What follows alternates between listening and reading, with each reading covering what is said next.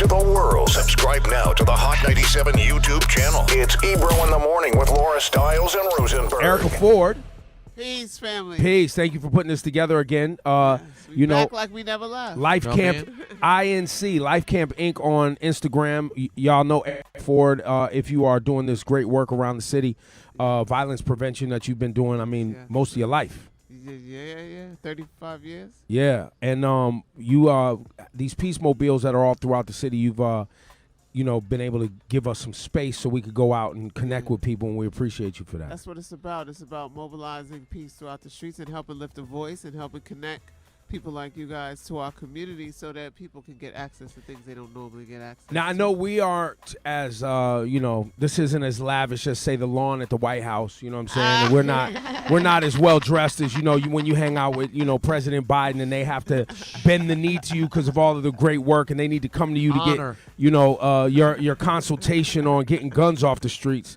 But the last several family affair right here. It's a family affair. But the last several years have been very much that, right? Yeah. Where you have all of the work that you've done over the decades now. Policymakers want to talk to you about how to fix the problems of guns in the streets and violence in our communities in general, right? Yes. Because of the success of our work here in New York City and across the state, we have been invited to the White House. We've helped in developing language and policy, and most importantly, to get funds down to groups across the nation with the Black and Brown Peace Coalition that I'm part of. Right.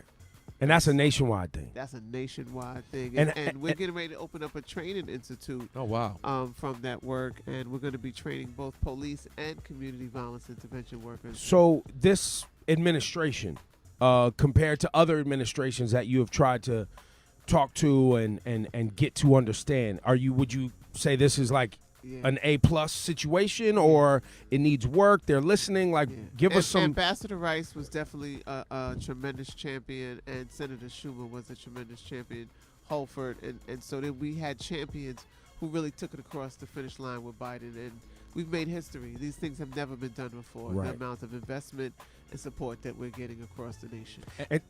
Go ahead, Rosenberg. I was going to say, Erica, there's been so much talk, of course, during the midterms. The Republican angle, of course, is crime in cities. Right. And I'm just curious, and I'm not trying to mock that idea, though it does seem like there's a political purpose when that happens. Do you sense that things are up and violence is worse in the city, or in your world, or is this sort of the same as it always is, sadly? So it depends on what you're comparing it to, right? We made New York the safest big city in 2017. We got it down under 300. So if you're comparing it to that, yeah, it's up, right?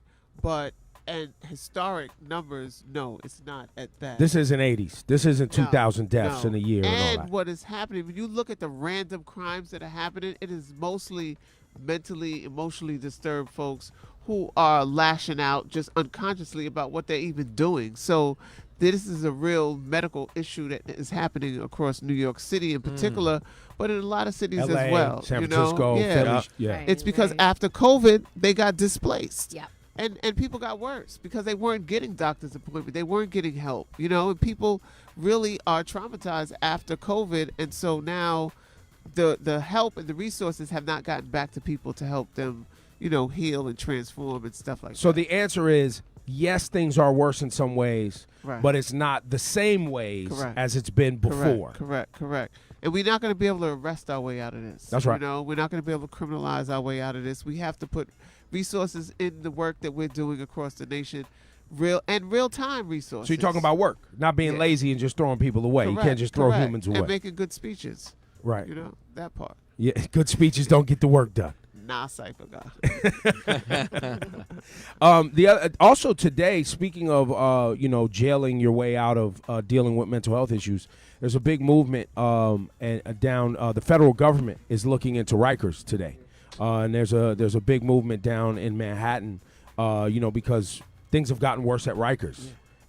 And the closure of Rikers is still pending, and what to do with that institution and the individuals that work there and the processes that have made things worse.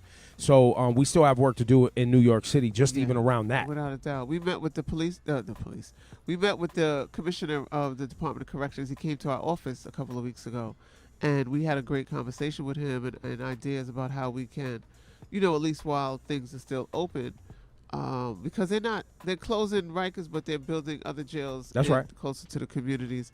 And so how do we humanize that process, right? How do we really help people when they get inside there, transform, heal, and so on and so forth? And so, he has a good heart, good intentions, and if he's allowed to really do, because a lot of times people get put in positions, but they're not allowed to do the jobs that they want to do. Right. That part. So we'll see what happens today, and hopefully we can do some great stuff. But those brothers and sisters in Rikers need help right now. Yo, shout out some people who make this Peacemobile thing happen, so we can make sure everybody gets some love today. Okay. What names? What names? Well, we got the bishop behind us who drives the Bishop. Peacemobile. That's right. Always, always. The bishop. We Yes. got our chief wellness officer, Kepra Kears, who keeps us healing, and Tracy Queen, who is the director of wellness. We got C3 that does the paint on beats with Robbie Nova. We got Jada, who holds us down, and everybody at Life Camp. We There got you go. AU, who does the boxing over there with Nacy. And we're going to be putting more Peacemobiles. We got one coming in Yonkers. Nice. We're going to have one coming in So Buffalo. the funding for these Wow, for these Buffalo, mobile too. facilities has not stopped.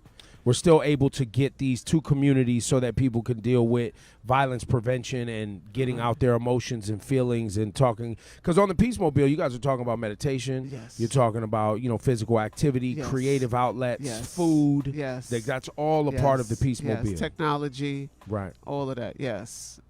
Erica Ford, ladies and gentlemen, Life Camp. Thank you so much. Thank Thank you, Erica. you. Always. Thank The Yeah, man. marathon continues, right? That's right. That's